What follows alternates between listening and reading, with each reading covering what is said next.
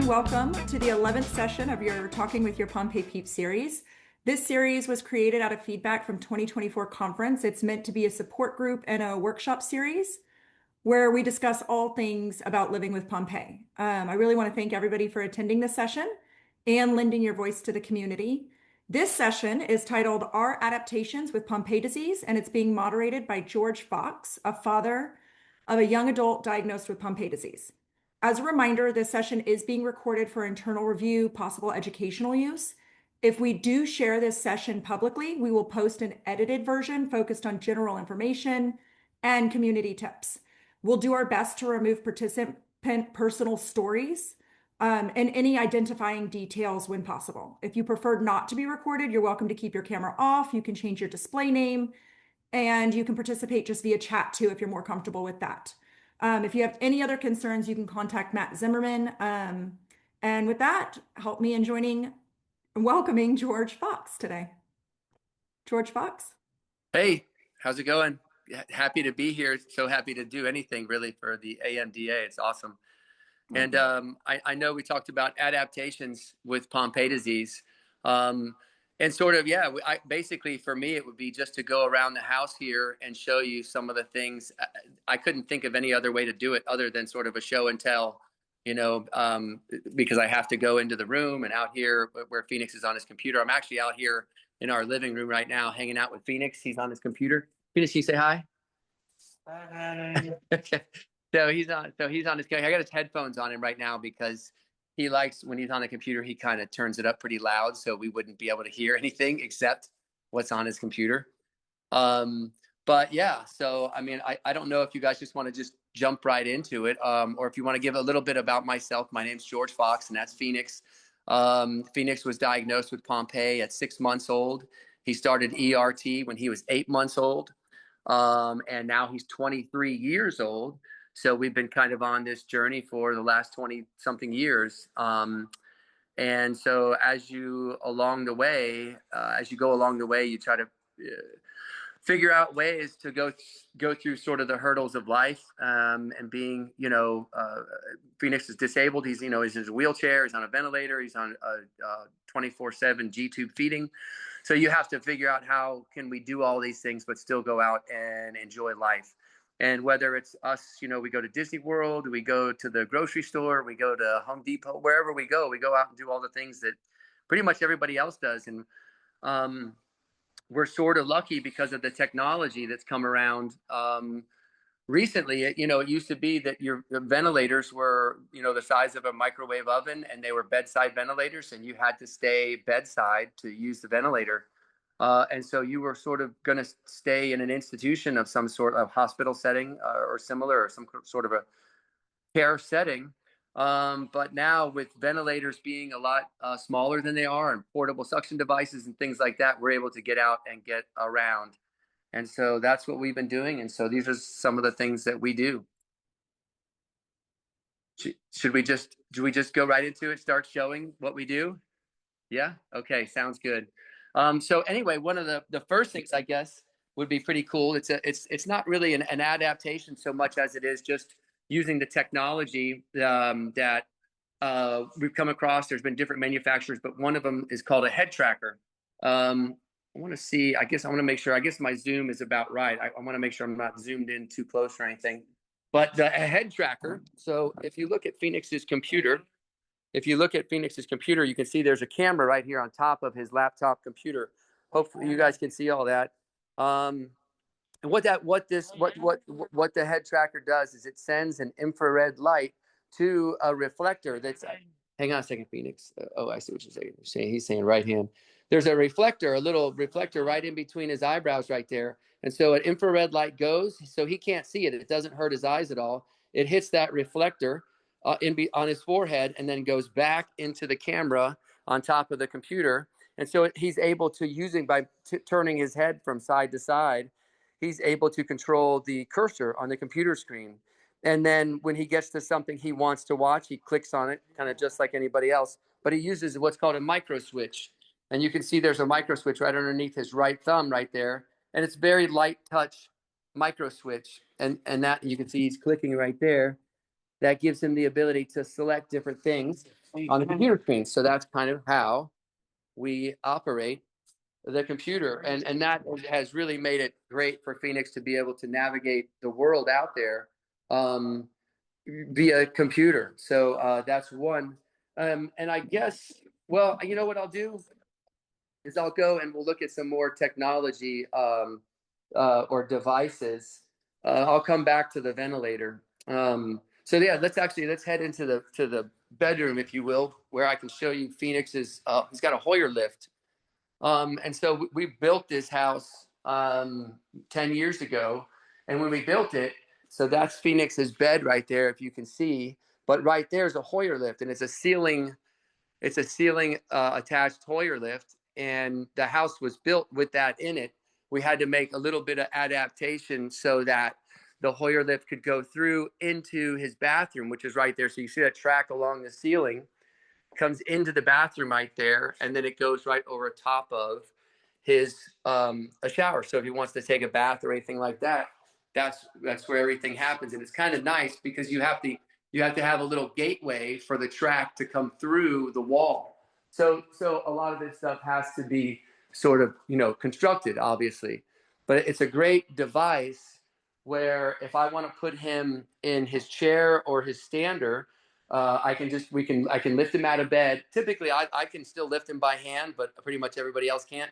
But if my back is really hurting me, I'll put him in a Hoyer lift, and so I'll pick him up. I'll wheel the Hoyer lift right to about here, where I have his chair or stander or whatever, and then I can load him up, and then we'll go out into the living room or wherever we got to go. We'll go to the car. We'll go to the store, whatever it is. And you'll notice though, while I'm on it, there's going to be a lot of while I'm on it sort of things here. When we're leaving the room, you can see that there's no transitions in between his room and the living room and the hallway or even the bathroom. Wherever there's a transition or from tile to floor or in between walls, I've taken out all of the bumps, because typically when you have carpet or tile, there's a big mold, a big piece of molding, and when you have to go over that with a wheelchair, it sucks. So I personally did it myself when I actually laid this entire floor myself, and when I did it, I wanted to make sure it was nice, smooth transitions throughout the whole house. Again, that's an adaptation when you're navigating this world on wheels. That's one of the things that you have to think about that a lot of people don't. Another thing that's kind of interesting that I had to do is in his bathroom. When I can come in with the Hoyer lift, Phoenix can take a bath in here. So this is basically, it's a standard shower. Make sure you can see it. It's a standard shower setup, but I put padding down on the ground, and I can fill it up to where he's laying on his back, and his trach is about an inch out of the water, but he almost starts to float. It's like he gets so light and buoyant. He can move his arms around in the warm water, and it's actually a great therapeutic thing to also get a bath. And I've had to, over the years, maybe you can see this is the adaptation part of it, but this white rail right here I've had to raise it as he's gotten older, because when kids grow, they don't just grow longer, they grow three-dimensionally. So they're going to get bigger, and so he takes up more water. So I've had to increase the water level, if you will. And so it's made for a lot better therapeutic and also bathing experience. So it's pretty cool. Again, another little adaptation in Pompe. So let's see what else. Okay, so yeah, so that's there. Oh, here's something here underneath Phoenix's underneath. So one of the things that a lot of Pompe folks have to do is fight scoliosis. Scoliosis is a problem. Phoenix has scoliosis, and it's something that is inherent with a lot of kids with neuromuscular disease. But one of the things that I've had to do is I've had to adapt his wheelchair as I changed sort of the bolting configurations underneath, where this side is a little bit higher than that side. So it's about a half an inch higher, because when Phoenix tilts, his spine pushes him to his right. So by tilting the chair, I push him back to his left. And by doing that, since he was 3 years old, we've been able to fight scoliosis with Phoenix. He still has severe curvature of his spine, but it's sort of the shape of an S, if you will. So it's kind of straight at the top, straight at the bottom, and sort of an S in between on his spine. And I a lot of the PTs and stuff have taken note of that. Actually, they saw that I did that with with the chair. It was the chair they supplied me. They actually started making a hydraulic version of that once they saw it. They're like, that's a great idea. And it's something that it's a great, scoliosis is a constant battle. And the next thing I do actually is there's a little ramp. It's like a little lift underneath his right chair right there to able lift that chair up to sort of shove that scoliosis back that direction. And it's worked to this day, and I also do it with his stander. Phoenix has a stander that he sits in basically in the same area, and I'll do the same thing. Obviously, we don't do that while we're out on the road and things like that, but we do it, when we're at the house on the computer. I don't know that this is so much of an adaptation. Maybe some people are doing this. It was important for us with this ventilator. These ventilators, it's amazing. I can pretty much almost pick up this ventilator in my hand. I could pretty much palm this ventilator. It's by far the smallest ventilator that Phoenix has had to date. This is his fourth different ventilator, but it makes it really easy to get on the road. And as far as adaptations go, it's just the best portable ventilator you can have. I had never had a stand before. The stand with the humidity is great. It used to be we put his vent just at the end of his bed, and it always was in sort of jeopardy of falling off the bed. And when it did, it would take the humidity with it. That's a no bueno. That's a very bad situation. You don't want to be in it. So the stand kind of came with the ventilator there, and that was a really cool thing to do.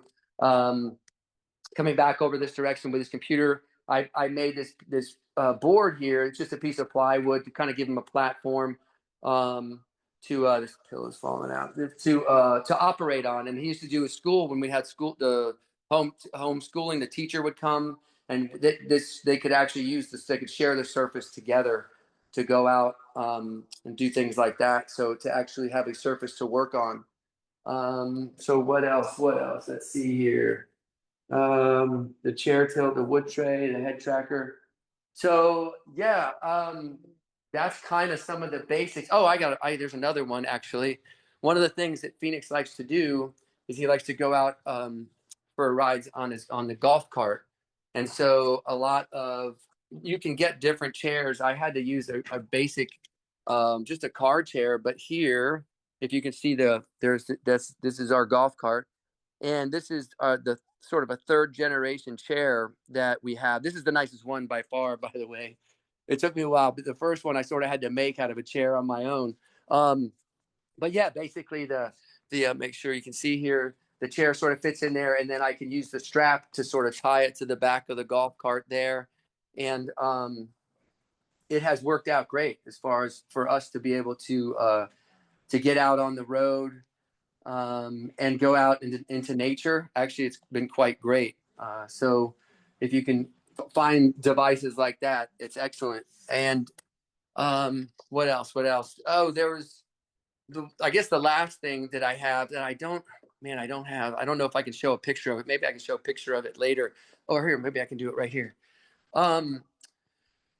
Yeah, back in the day, let's see here. Oh yeah, here it is. Maybe this will work. Back in the day, I tried to get Phoenix to be able to swim. Maybe you guys can see that. I don't know if you can see in this. Can you guys see? You should be able to see this picture. So in this picture, Phoenix is wearing a thing that I call the vertical flotation suit. So this is back when he was 3 years old. This is before his vent, before his trach.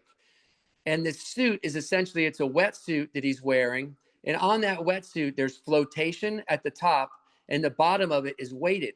So here it looks like he's standing, but he's really not. His feet are just barely touching the sand, if at all. He's in about, I want to say, 2 feet of water. And he's actually floating vertically. It's called a vertical flotation suit. And the reason why I did that is so it's more therapeutic in the water. But a lot of times, if you ever go to a pool setting, it's the kid that's sort of special needs or disabled. They usually put a life jacket on them, kind of similar to something you would see on a cruise ship. And they put them in the pool, and they're forced to float on their back, looking straight up at the sun. You can't really participate. And so I'm like, well, I need him to float vertically. One, so we can do certain therapies that way, but also so he can interact. And so I came up with this device, and I haven't been able to use it since because of his trach, although you probably could.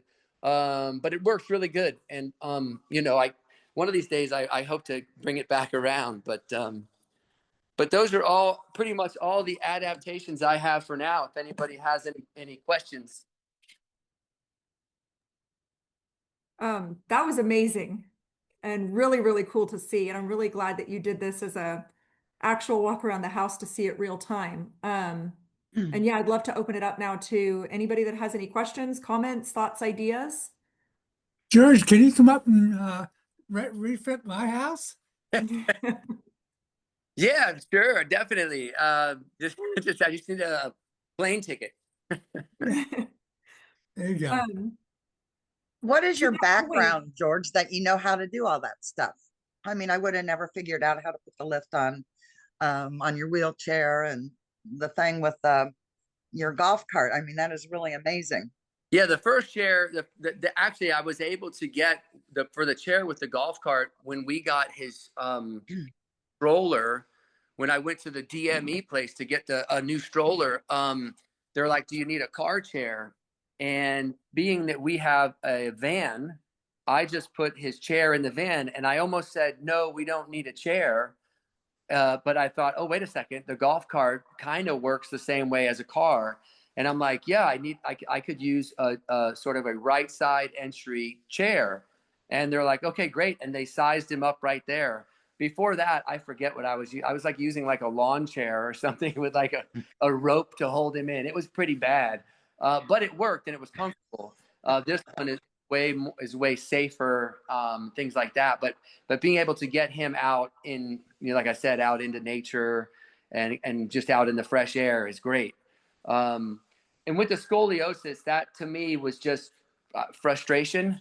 I call it innovation through desperation.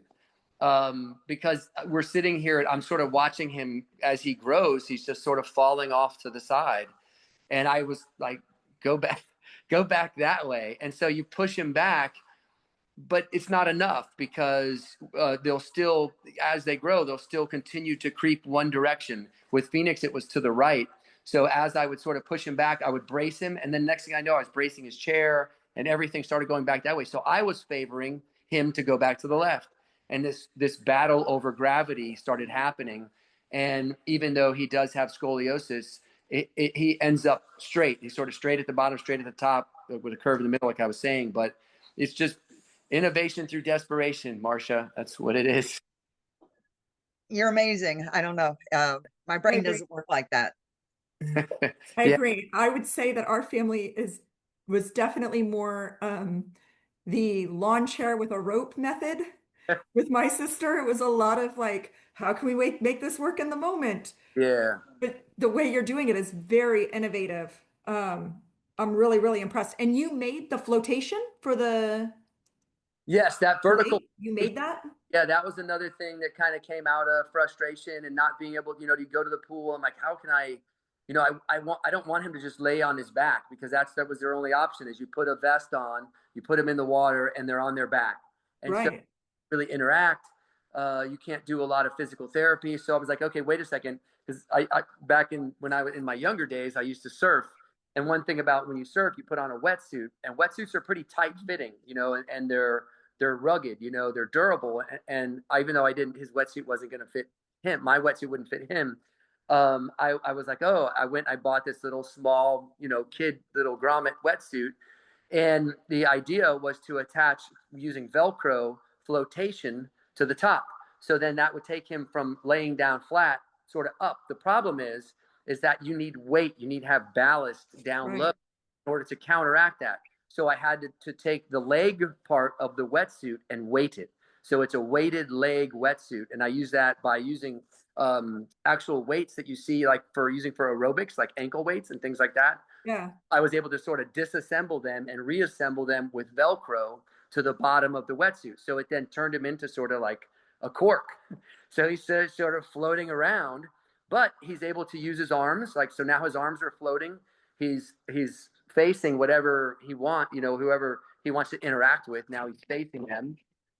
And it became really cool. Like you could sort of float around the pool, like it was kind of mesmerized. People would see it in the pool, and be like, "What is that? Where did you get that?"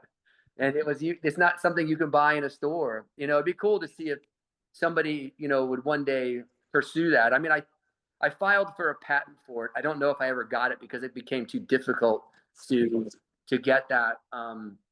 But then Phoenix got his trach and his vent, and it became a little too dicey.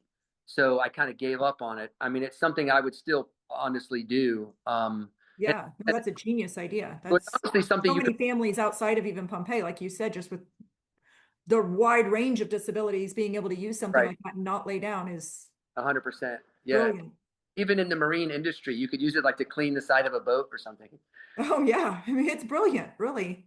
But Have yeah, you made any videos on these adaptations, like how to make that wetsuit, how to? no, I haven't. I thought about it. I think we did some video during the testing portion of the vertical flotation suit, which was kind of funny. I know Megan Crowley, she still to this day kind of rips on me because I had to go get it was a yard debris trash can from Home Depot. It was the biggest trash can they had, like a 96 gallon. It was made for putting your yard clippings in, but it was brand new. But it was my little pool. So I filled it up with water, and I could put Phoenix in it to test the To valve. test it. I'm sitting here testing him out, and I showed some of that video. And Megan was like, "What the hell is he doing in a trash can?" You're putting your kid in a trash can. Trash can. So I'm like, "This is probably not a good video to share."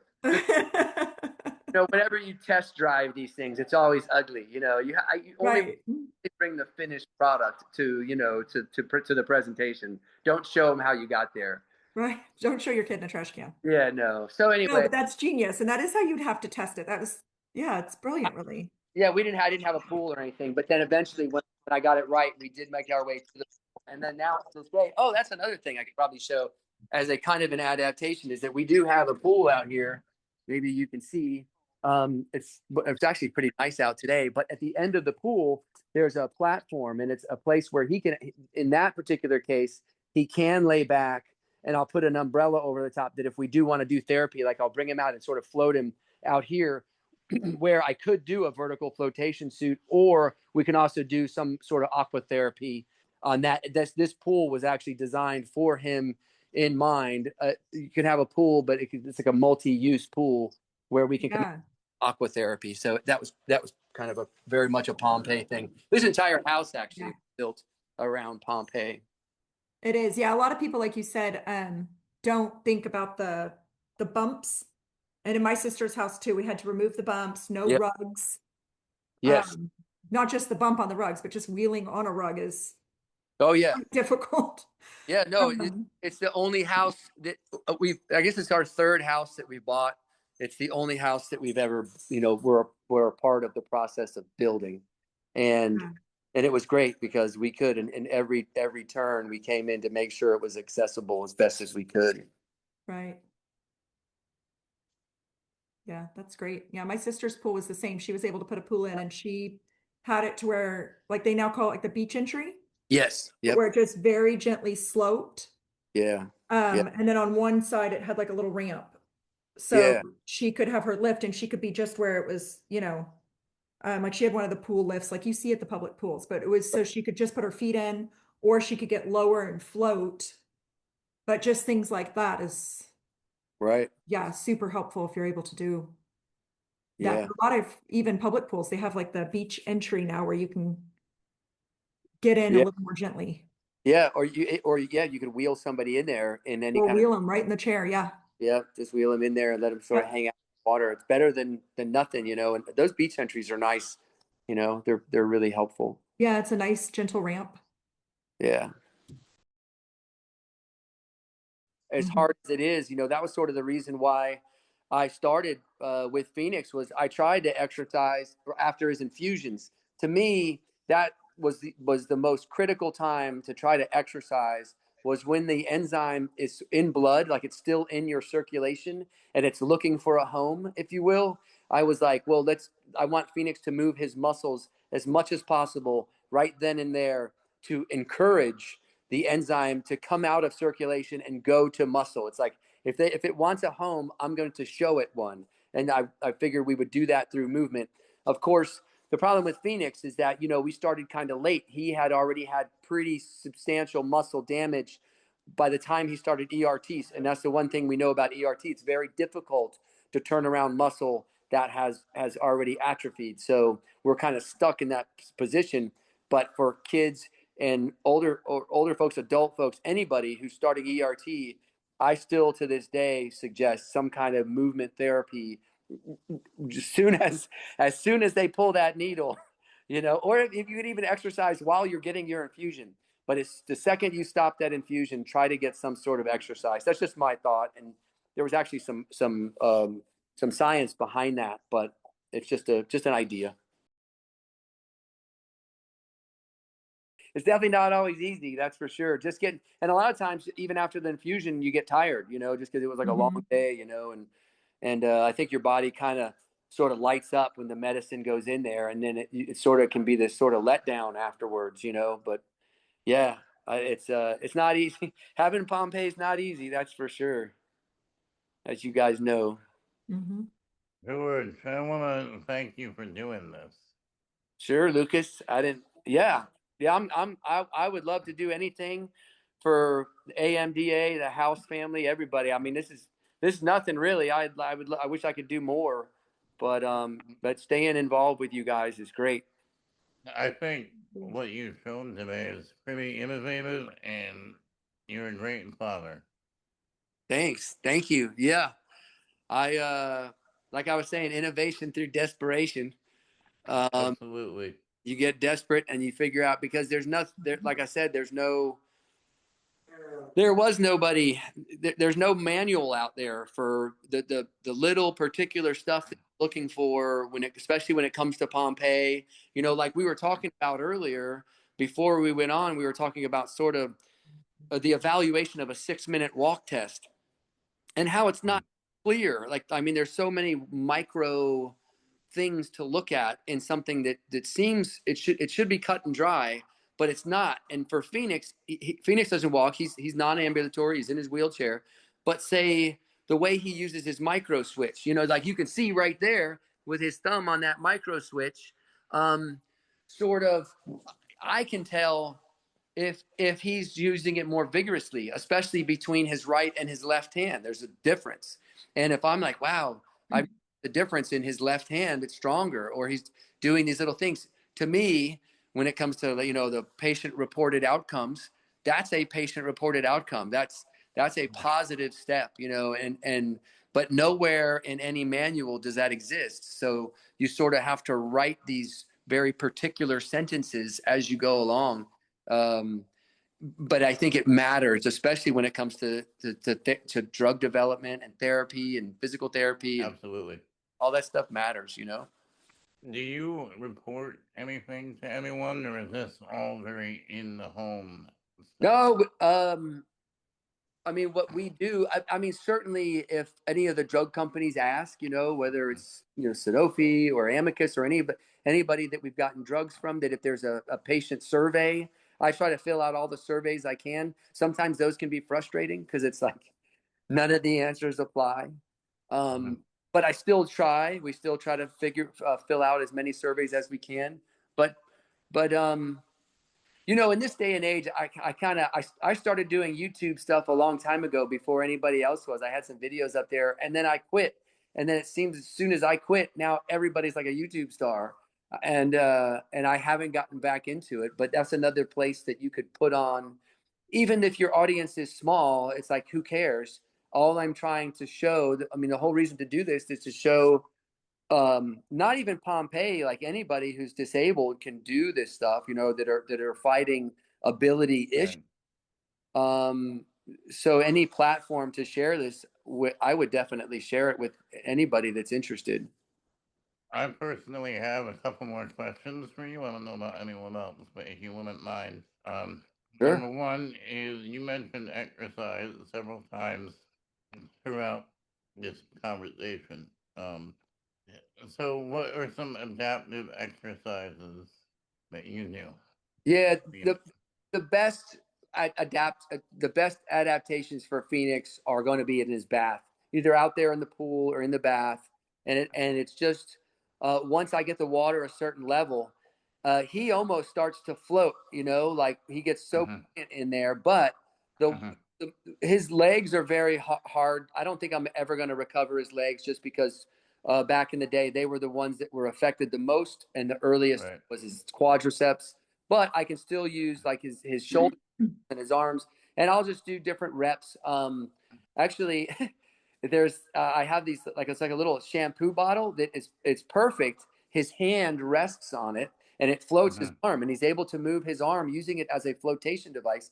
He lifts his arm up and down, and I'll just sort of have him do reps, and I'm like, come on, this kind of, basically it's our version of being at the gym, but using water as the medium, because without it, very difficult, because gravity is not Phoenix's friend. But in an environment like water, you can be gravity neutral and try to gain a foothold on gravity. So but I also, some of the exercise I do it's for me, but I think it's good for him. And like, I know we talk about vibration therapy and whether it's a thing or not. And my version of that is that I take Phoenix out on runs.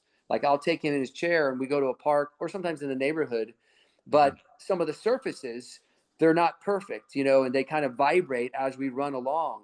And so he'll be out in the sun, he's out in the fresh air, and he's on this surface. And so, and we're able to go out, and it's uphill, it's downhill, it's in the sun, it's in the shade, it's in the cold, it's in the hot, and we'll go out and I'll run, sometimes 3 miles, whatever I'm feeling that day, to go out and move, our version of movement. Right, and I guess that was another question of mine is, not only is Phoenix exercising, but I imagine that you also have to regularly exercise in order to keep your body in shape to do all this, correct? Yes, 100%. Yeah. Got kind of another, it goes back to the Hoyer lift. I fought the Hoyer lift because I'm like, well, as soon as I start using the Hoyer lift, then I lose my ability to lift him. But I still lift him by hand. He's exactly 100 pounds, like on the mark. It's the heaviest he's ever been. And if you lift correctly, lifting him out of a bed, you have to make sure that as soon as you lift him, you bring him close, like really close to like your waist, and then up. And if I can hold him like that, once I get him close to my body, I'm fine. It's the initial break of gravity, and then I get him close, and I'm good. I'll set him in a chair. Lifting him out of his chair is one of the hardest lifts because you have to reach out away from your body. But yeah, no, I try to lift weights. My wife and I got each other a Bowflex for Christmas. It's a training device, which has been pretty good actually. So to kind of keep going, if you will, because taking care of a young man with Pompe, there is physical requirements for sure. And that's part of the reason why we've had such a hard time finding nurses. Now, this conversation usually leads into nurses because some people can have really good home health care people come in. And for us, we've had some over time, but it's been very difficult. And so right now we're without nurse. Still looking, but probably only able to do it because I'm able to stay here with him. Gina and I have a store, so we own our own business, and she's there working. That's what she's doing right now, and I'm here with Phoenix. And then we just sort of trade back and forth, but we're able to pay the bills, if you will, and take care of Phoenix. So we're lucky in that regard. Right, absolutely. In the last question, thank you for all that information, by the way. Sure. The last question I have, we talked about physical adaptations, but I think a lot of times we forget that there's also mental adaptations. And unfortunately or fortunately, for whatever reason, you have to be more than just a father to Phoenix. You have to be a caretaker on, for what most people is an unprecedented level. So how do you separate that mentality? So you treat him like a father and treat him like a caretaker when the needs arise in shift. Yeah, that's a great question because it's so true that, at first we were petrified to come out of the hospital, with a trach and a vent and all these things, that sort of descend upon you, and that you're not ready for, honestly.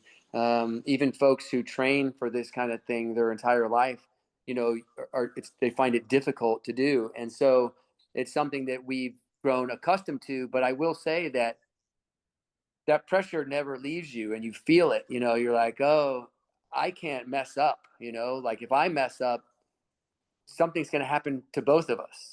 So you have this sort of tremendous burden of, you feel the weight, and then you try to find sort of serenity, different ways. For me, I mean, I go to the VA and I would talk to them about um, post PTSD. For me, PTSD is a real thing because Phoenix has actually, quote unquote, I don't want to say he died because technically his heart was still beating, but there's been twice where I've come in and he was no longer with us. Like he was unconscious. One time his ventilator turned off. We had no idea. And he was 7 minutes on an off ventilator. And then the other time, the ventilator had become disconnected, but disconnected at the vent. So there's a difference between coming disconnected at your trach. For Phoenix, he has a little tiny bit of breathing, so he could sustain for minutes.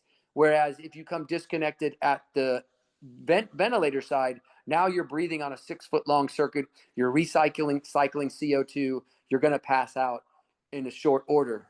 And so those two things have happened to him twice. Both the times I've come in on him, Gina's never really seen that. When you come up on somebody who is, white or blue doesn't even describe it. When somebody is kind of the color, this lifeless color of, I call it concrete. And it's very difficult. And you have to go into this sort of fight or flight mode, recovery mode, turn on the ventilator, suction, oxygen, and you just do everything as fast as you can. And knock on wood, in both times, I think Phoenix was able to keep himself going long enough. And it's totally luck, in my opinion, that we were able to dodge this bullet twice. And I told Gina, I was like, you can't dodge this bullet so many times before you get bit by it. You just do the best you can and try to check off all the boxes, and hopefully you come out the other side. But in this situation, Phoenix was able to recover both times without any kind of brain involvement, and he's still the same kid. But those moments, now you've built a category in your brain that's the thing that you look for. You immediately go to the worst case scenario.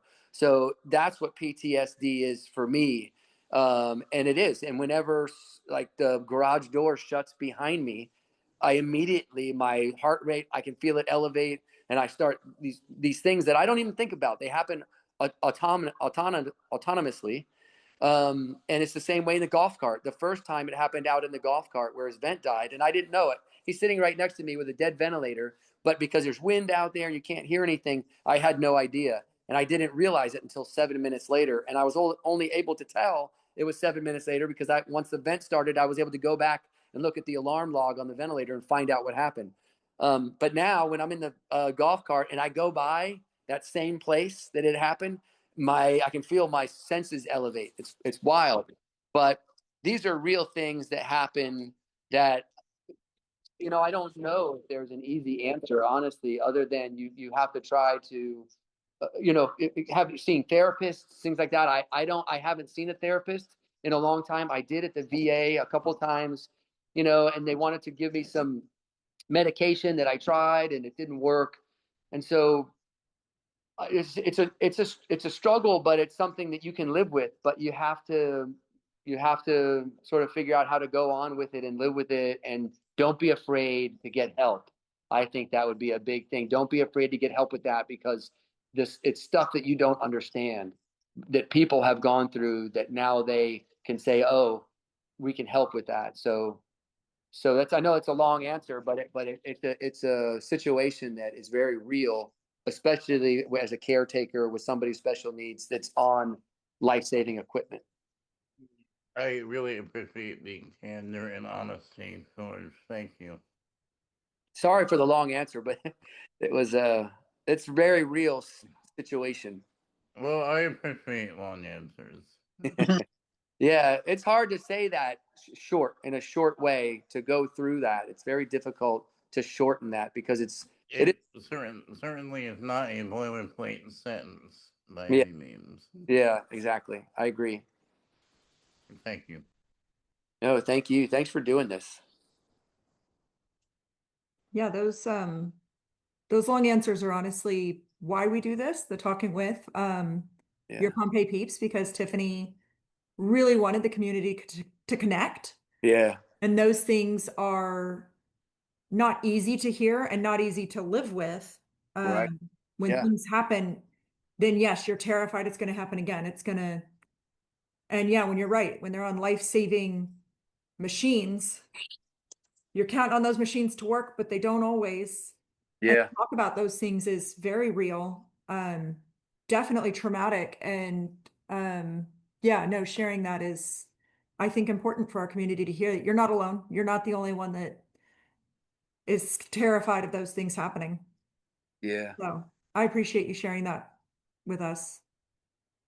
Yeah, it's a thing for sure that anytime that you're taking care of somebody, even if they're just in a wheelchair or trach or no trach, honestly, you have to make sure that they're fastened into the car, and you have two people. You got to take care of yourself and the person that you take care of, and yeah, there's a Absolutely.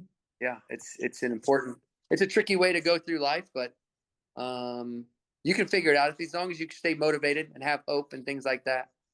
Yeah, I can remember being at like I think it was high school age. And when you're a high schooler, you're like, whatever. Um, so I can remember my sister being like, "Are you sure you buckled me in? Yeah, Like you tightened the strap?" And I'd be like, "Yes." And she'd be like, "Can you just like it doesn't feel tight?" And I'd be like, "How can you feel it? It's a strap on your chair. You don't feel it." And she'd be yeah, like, "Andrea," and I'd be like, "Okay." And right. now, as you get older and you're like, "Oh my gosh," or you realize like just taking a turn and her chair tilting even just a little bit.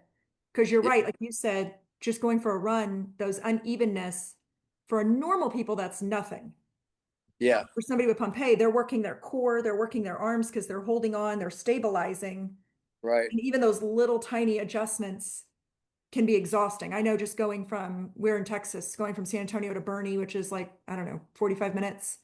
Um, just that, if she wasn't tied down properly, if she didn't have her strap, she had one where, again, this would be an adaptation. We got like a toe strap Right. and we would put it under her armpits. Like, I don't know if you can kind of see in my thing, but we'd put it right here across her Right. chest. And then we would put it around the chair. So she was strapped to her chair. And then we would hoist it down. Yep. And then she didn't have to do as much of Right. it on her own, holding on with her hands. She was kind of able to relax and it kind of held her so that she could relax all of her trunk so that it wasn't working quite as much. But yeah, little things like that, they make a big difference. Um, and Lucas, to the working out, Tiffany actually once was asked in an interview, what did they say? It was something like, what is something that you really appreciate that your siblings do um, where they're not treating you like you have Pompe? And she was like, making me do all this stuff on my own. And she was like, it's super annoying. She was like, but it's good for me because we had parents who, like you, George, you're a great father. It's your child. You're going to do anything and everything to the ends of the earth for your son. Like without question, without doubt, you just do it because it's your kid. But for me, with my sister, she was like, hey, can you grab me a soda? It was like, no, go get it yourself.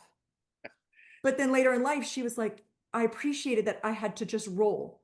And so sometimes even like when she moved next door, she was like, no, don't push me to the kitchen.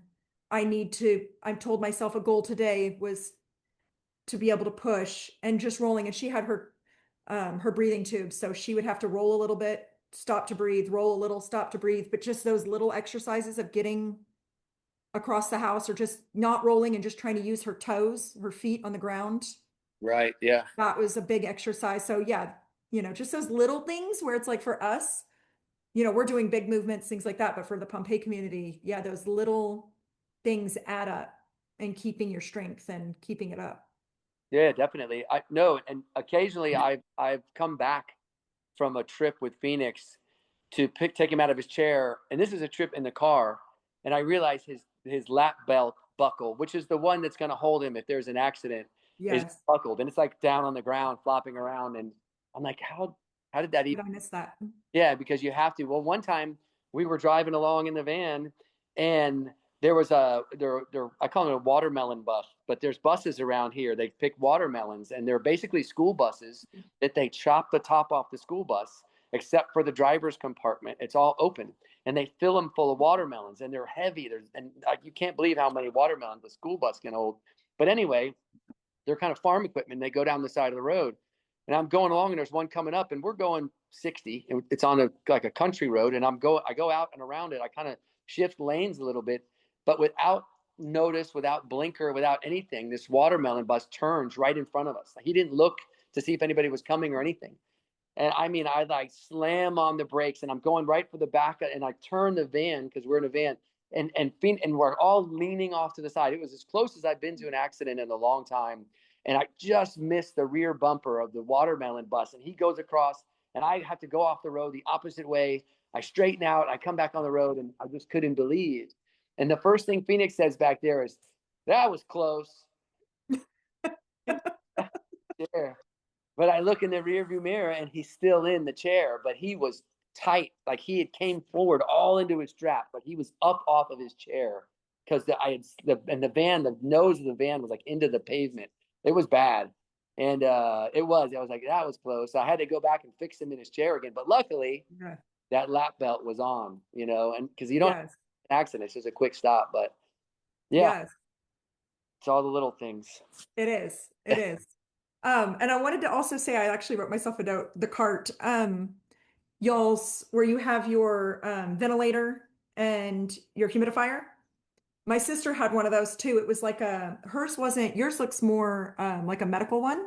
Yeah, it's kind of like an art. Tiff's is more like, those crafting carts, like you can get at Michael's. Oh yeah, It has the multi-shelves. So she would have her ventilator and her humidifier on top. And then the other things she would keep her snacks in.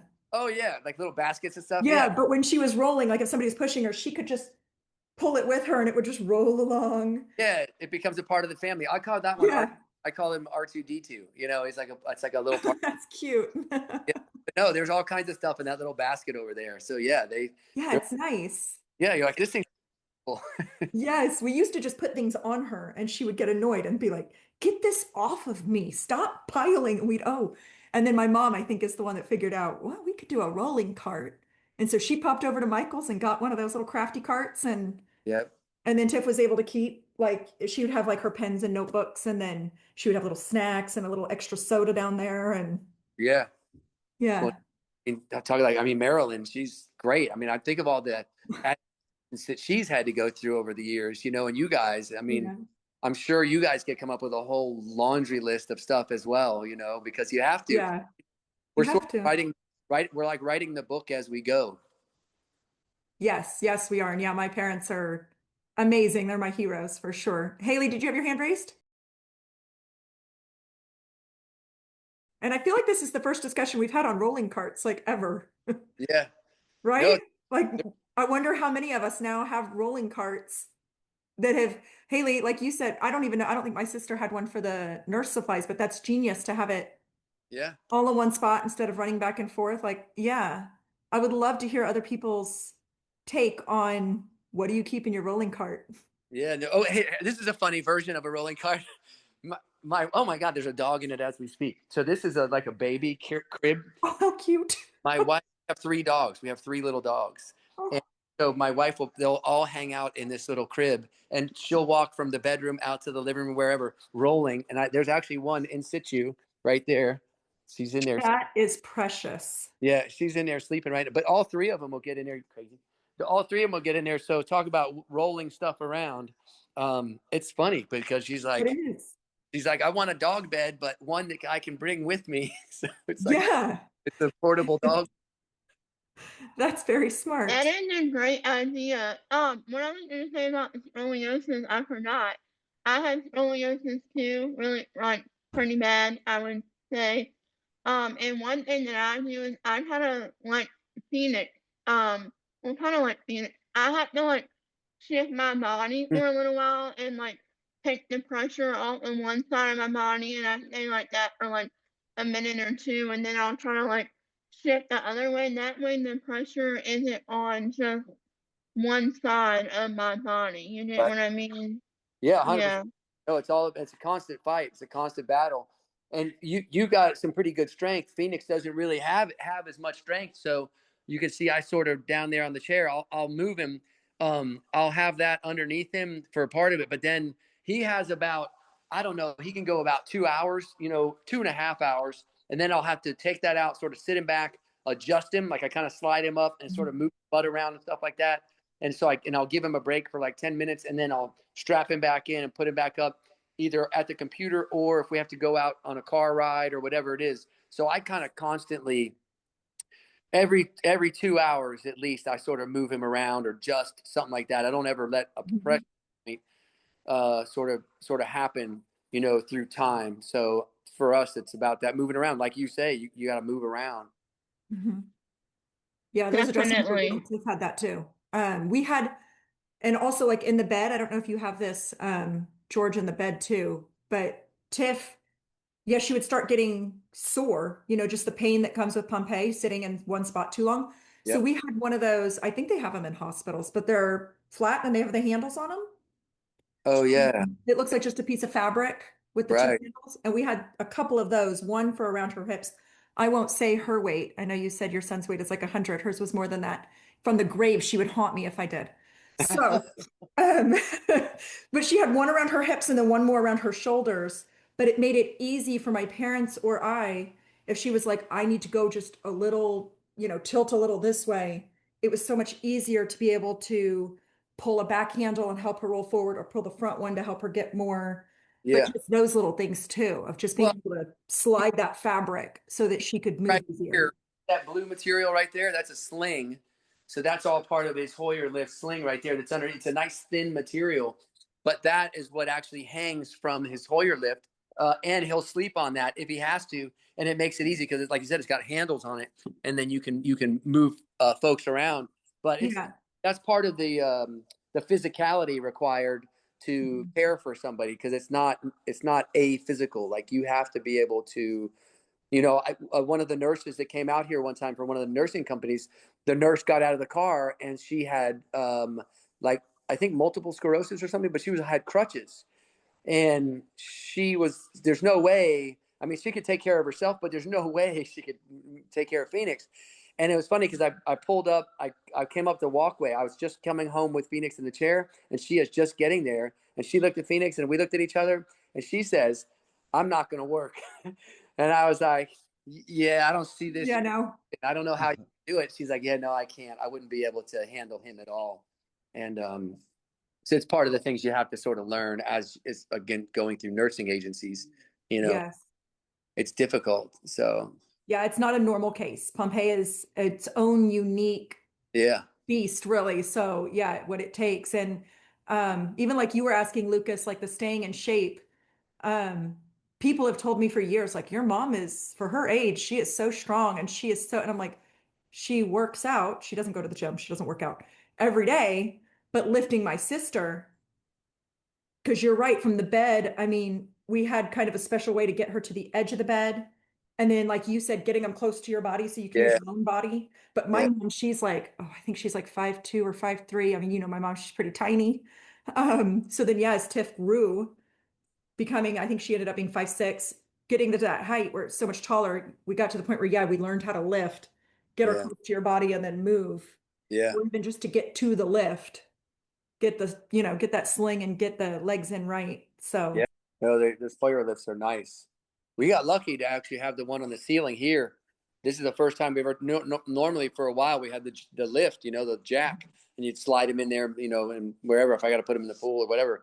But this was the first time where we actually had it attached to the ceiling. It was pretty cool. yeah, it's really neat. Tiff had that too. It was we had the kind where you had to move it around, and then she was able to get the ceiling one. And yeah, they're a game changer, like you said, Haley. It's they're like a necessary equipment when you get to a certain age, weight, and your parents are, doing their best, but it's hard. Yeah. So Yeah. No, having those lifts are awesome. Let me ask y'all, Tiff's was remote. Are any of these lifts on like Bluetooth, like where you could use a phone? they should be. Ours has got a cable on it. So, but I don't see why they wouldn't be on Bluetooth. That's a good idea. Mine's remote.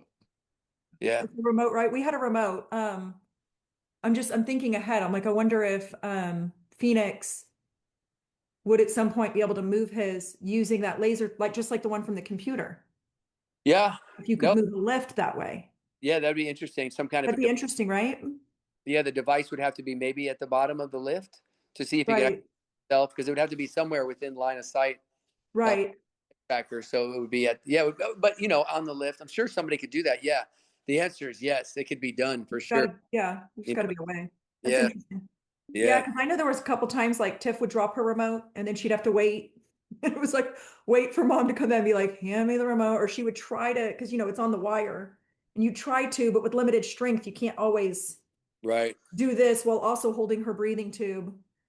But she always had her phone. I wonder if she always tucked it under her thigh. So right. she'd be able to pull it out and kind of left, right, and then keep it more tucked. I don't know. That's Yeah, also not. That's not ideal for the wire to lift it like that. Right? Yeah. That's a good way to break a wire. Yeah. Like that's what I'm saying. There's got to be, I feel like there would be a better way, but again, rare diseases, we don't get as much attention and yeah. I had a wire failure on the lift and the van. The lift that lifts up Phoenix's wheelchair.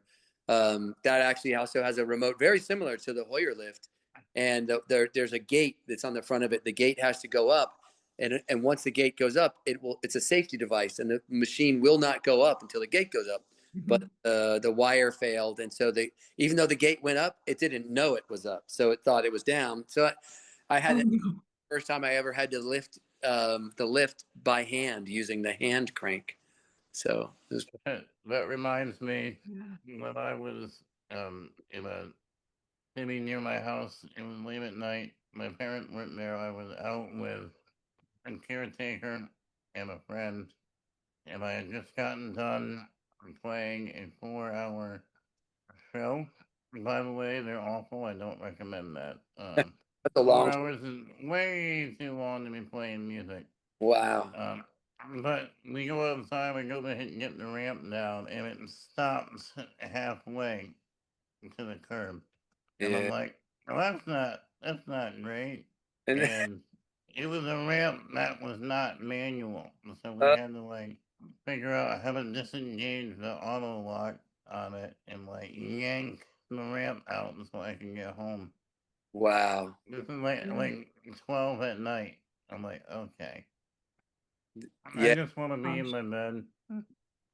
yeah. No, that's one of the situations where if you're really stuck, somebody would have to, get you out, like pick you up out of the chair somehow halfway down on the lift. Gosh, that would be difficult. I could imagine with Phoenix, just that move alone would be a very dicey to try to pick him up out of his chair with a halfway down lift. Man, yeah, you better work out. That's why I still work out to this day. So if I have to, I'd still lift him as much as I can. But I do have back problems. There's no doubt about it. I had an MRI done on my back, and the lady reading the MRI was like, "You have the back of an 80-year-old," and she actually told me that it's not, it's not good. She's like, "This is one of the worst backs I've ever seen." Well, So that's not what you want to hear. it's not. So I try to do therapy all the time, and every time I work out, it's about correct anatomical backlifts, because you have to. She's like, "Oh no, it can correct itself, it can heal, but you have to work on it." Yeah.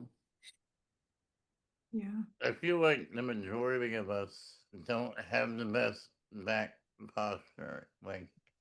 Notwithstanding the scoliosis, but we do things every day that are not ideal for our backs. Right, it's true. Yeah.